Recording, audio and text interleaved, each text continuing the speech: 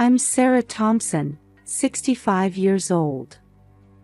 I've been living in Brooklyn, New York City for over 40 years.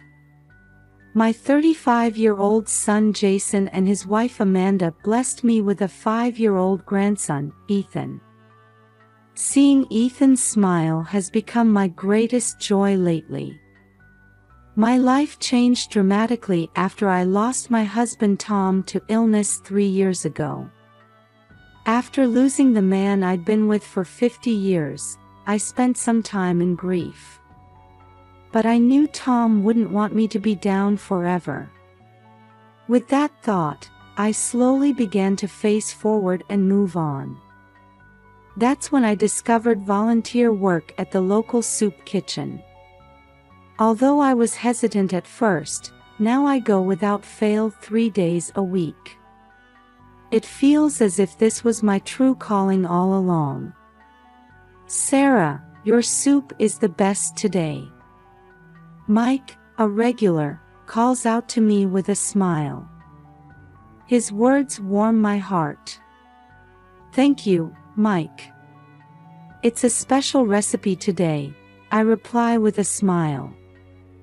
These small interactions enrich my days. Working at the soup kitchen isn't just about providing meals. Many of the people who come here are looking for someone to talk to. I listen to their stories and sometimes offer words of encouragement. At my age, being able to use my life experience to help others has become an invaluable joy for me. Sarah, your soup has magic in it, says Ellen, another regular. Oh, it's not magic. It's just love, I answer as I continue ladling out soup. Through this work, I've learned a lot. Life has its ups and downs, but everyone has the right to be happy. And a small kindness can make a big difference in someone's life. My experience at the soup kitchen has also had a positive impact on my relationship with my family. I've been able to teach my son Jason and grandson Ethan the importance of compassion. Sometimes they even join me in volunteering. Today, too, I feel happy as I see the smiles of so many people. I want to continue this work. Yes, I'm sure Tom is smiling down on me from heaven. On a bitterly cold winter day, I was working at the soup kitchen as usual. Wearing a thick apron, I was ladling out fragrant vegetable soup from a large pot. As I handed a paper cup of warm soup to an elderly man at the front of the line, I looked up and was met with an unexpected sight. Could it be Ethan? My grandson, Ethan, was standing in line. His small body shivered in the cold as he stood with his head down. For a moment, I thought it might be an optical illusion, but there was no mistake. That adorable blonde hair and those blue eyes. My precious grandson. Ethan. I couldn't help but call out. Ethan slowly raised his face, and when our eyes met, tears welled up in those big eyes of his. Grandma. I quickly told my fellow volunteers that I needed to step away for a moment. Then I rushed over to Ethan and hugged him tightly. What happened? Why are you here? Ethan buried his face in my chest and, between sobs, began to speak. Dad and Mom, they kicked me out. Hearing those words, my heart nearly stopped. Jason and Amanda kicking out such a young child. I couldn't believe it. Can you tell me slowly? Tell Grandma everything. We sat down at a small table in the corner of the soup kitchen. I placed a warm soup and soft bread in front of Ethan, encouraging him to talk bit by bit. Dad and Mom have been so busy lately. They hardly talk to me, Ethan continues, gripping the spoon with trembling hands. Last night, when I asked for help with my homework, Dad got angry. His voice trembles. I gently rubbed his back, encouraging him to continue. Dad yelled, "You're nothing but a nuisance." Then Mom said, "That's right, you're not family anymore." My chest aches. How could Jason and Amanda say such terrible things? Then they kicked me out. I was cold and scared, but I remembered you often talked about the soup kitchen, so I came here. Touched by Ethan's courage, I hugged him tightly once more. I'm glad you came, Ethan. Grandma will take good care of you. However, inside, I was seething with anger. Why did Jason and Amanda do this? I need to contact them immediately. Ethan, let's go to Grandma's house. You can take a warm bath and rest. Ethan nodded slightly. I explained the situation to my fellow volunteers again and prepared to take Ethan home. In the car on the way home, Ethan fell asleep from exhaustion. Looking at his small sleeping face, I steeled my resolve. I will do whatever it takes to protect and make this child happy. Yes, even if it means confronting my own son. After bathing Ethan in warm water at my house and changing him into clean clothes, he fell into a deep sleep.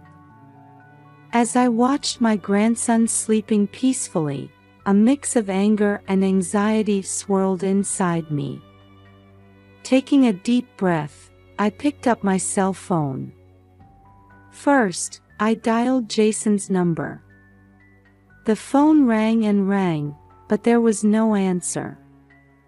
Next, I tried Amanda's number, but again, no response. What on earth are they doing? I muttered to myself. As a last resort, I decided to try calling their home phone. After several rings, someone finally picked up. Hello, Jason. I quickly began speaking. I'm very worried about Ethan. Oh, Mom, Jason's voice came through. In the background, I could hear lively conversation and the clinking of dishes. I'm kind of busy right now. I'll call you back later. Wait. I cried desperately. Where's Ethan? He says you kicked him out. After a moment of silence, Jason answered in a casual tone. Oh, him. It's just a bit of discipline. He'll be back soon enough. Discipline? I raised my voice in disbelief. You call kicking out a 5-year-old child on a freezing winter night discipline? Mom, you're exaggerating, Jason laughed. Look, we're enjoying a fancy French dinner with just family now. Don't bother us. The moment I heard those words, something snapped inside me. Just family. My voice was shaking. Are you saying Ethan isn't family? Well, that's about right. Jason's voice showed not a hint of guilt. He was kind of a disappointment. I was at a loss for words. I felt as if the world had gone dark around me. Jason, listen to me. I tried desperately to maintain my composure. Ethan is at my house now. He was shaking from cold and fear. What on earth are you thinking? Oh, is that so? Jason's voice sounded as if he was talking about someone else's problem. Well, then we'll leave him with you for a while. We're kind of busy, you know. Jason, I shouted, but the phone had already been hung up. I stood there, dumbfounded. My son's cold attitude, his indifference towards his own child. Is this really the child I raised? Tears streamed down my cheeks. But I quickly pulled myself together. This is no time for tears. I need to protect Ethan. I picked up my cell phone and called my friend Mary, who is a lawyer. Mary, it's an emergency, I briefly explained the situation. Sarah, this is serious, Mary's voice was filled with concern. First, we need to ensure Ethan's safety. Then, we need to review Jason and Amanda's parental rights. Thank you, Mary, I took a deep breath. What should I do? First, let's report to the police that Ethan is with you now, Mary calmly instructed. Then, we need to contact Child Protective Services. I nodded, jotting down Mary's instructions one by one. This will be a tough battle. But for Ethan's sake, I'll overcome any difficulty. After hanging up, I peeked into the room where Ethan was sleeping. Seeing his peaceful sleeping face strengthened my resolve. It's okay, Ethan, I whispered softly. Grandma will protect you. And with that, I began preparing for my next move. I will do everything in my power to uncover the truth behind Jason and Amanda's actions and protect Ethan. Acting on Mary's advice, I immediately sprang into action. First, I went to the local police station, explained Ethan's situation, and reported that I was temporarily taking care of him. The police officer understood the gravity of the situation and helped me fill out the necessary paperwork. Next, I contacted Child Protective Services. A social worker named Linda was assigned to our case, and we scheduled a home visit for the following day. After completing these official procedures, I decided to start my own investigation. Jason's mention of a fancy French restaurant had been bothering me. Fancy French restaurant? I muttered as I opened my computer. I began searching for high-end restaurants in the area, but none of them were in a price range that Jason and Amanda could normally afford. Strange. I frowned. I had noticed that my son and daughter-in-law's lifestyle had suddenly improved recently, but could it be? I decided to call Jason's company. When the receptionist answered, I tried to get connected to Jason's department, but I received an unexpected response. I'm sorry, but Jason Thompson resigned over a year ago. I was shocked by this information. Jason had been saying he was going to work every day. What on earth is going on? As I continued my investigation, I stumbled upon a social media post. On Amanda's Facebook page, there was a photo of a restaurant called Le Petit Chateau. The caption read, "Our new business is doing great.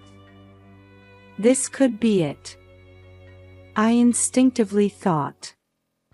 The next day, after receiving Linda's home visit, I set out to locate Le Petit Chateau. However, when I arrived at the address listed, there was no restaurant-like building in sight.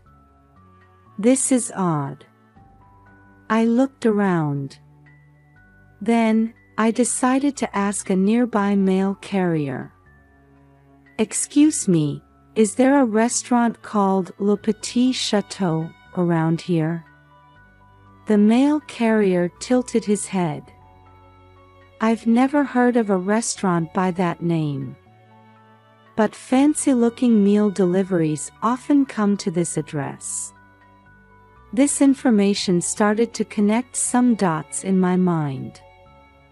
After returning home, I continued my investigation. I searched for reviews of Le Petit Chateau online, but they were all suspiciously similar glowing reviews. And the lack of any reservation method listed was also unnatural. "This is..." I gasped. "It might be a fake restaurant." The next day, I contacted Mary again and shared my findings. "Sarah, this is serious." Mary's voice was grave. "There's a high possibility of fraud. Let's gather evidence."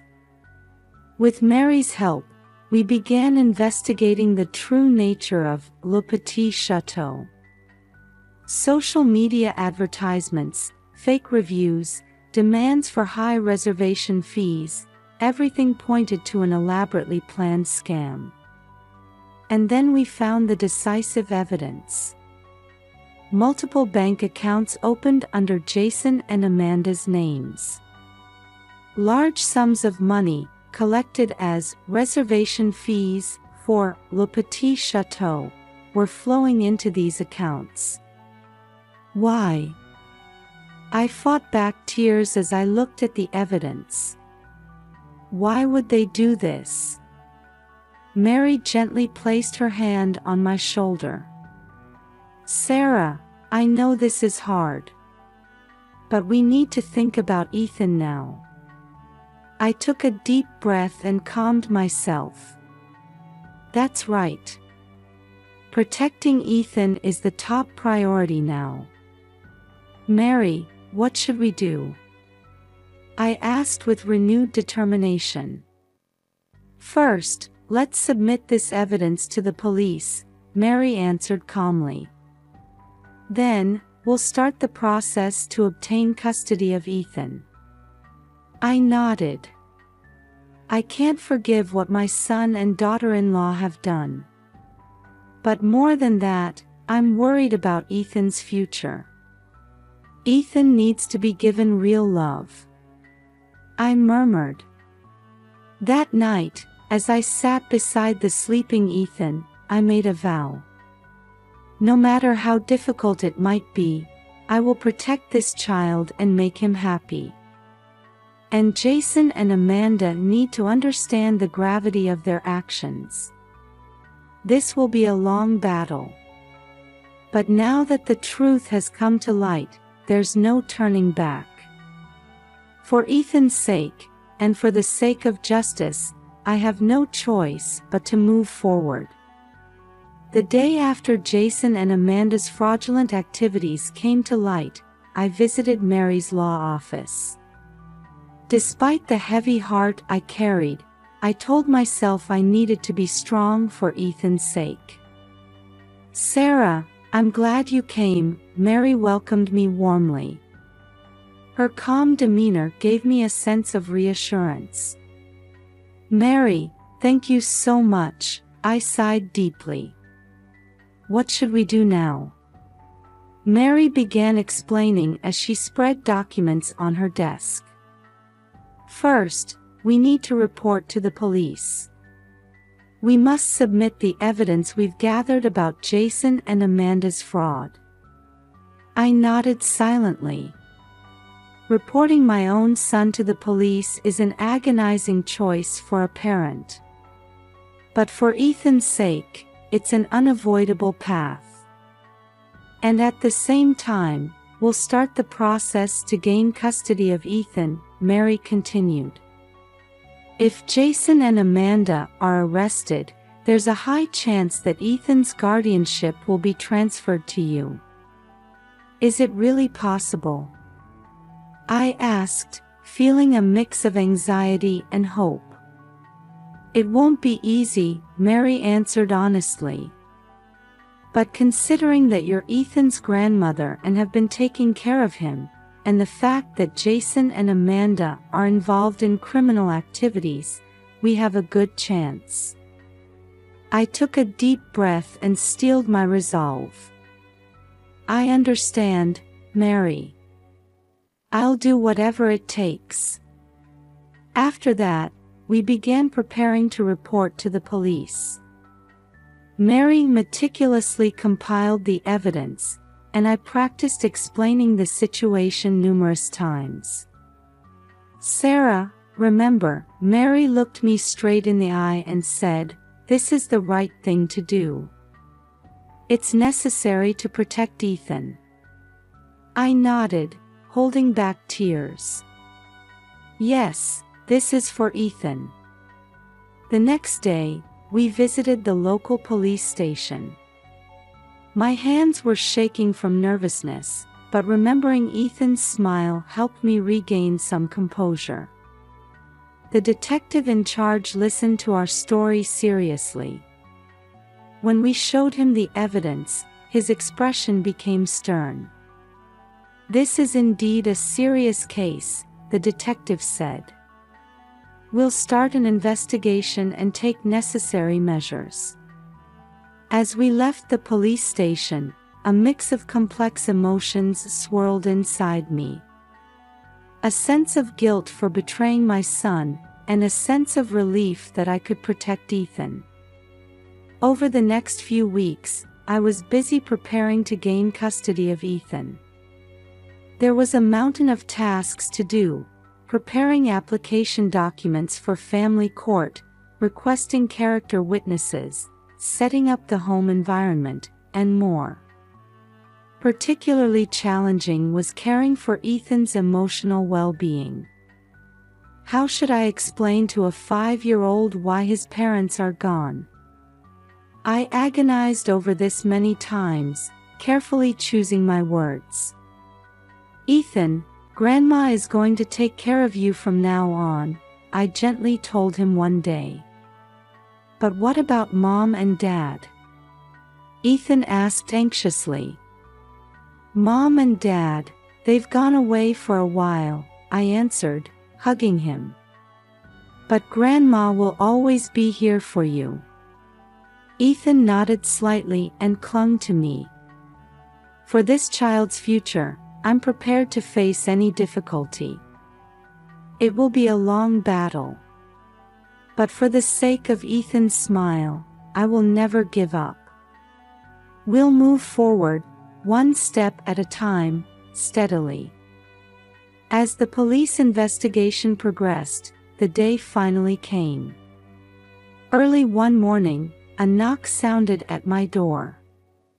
"Mrs. Thompson, Jason Thompson and Amanda Thompson have been arrested," the detective quietly informed me. Feeling a mix of relief and sadness, I hugged Ethan tightly. "It's okay now." A few weeks later, a hearing was held in family court. Jason and Amanda were found guilty of fraud, and custody of Ethan was to be transferred to me. The judge's words echoed, "Sarah Thompson, you are granted sole custody of Ethan." Tears welled up in my eyes. Holding Ethan's small hand tightly, I smiled.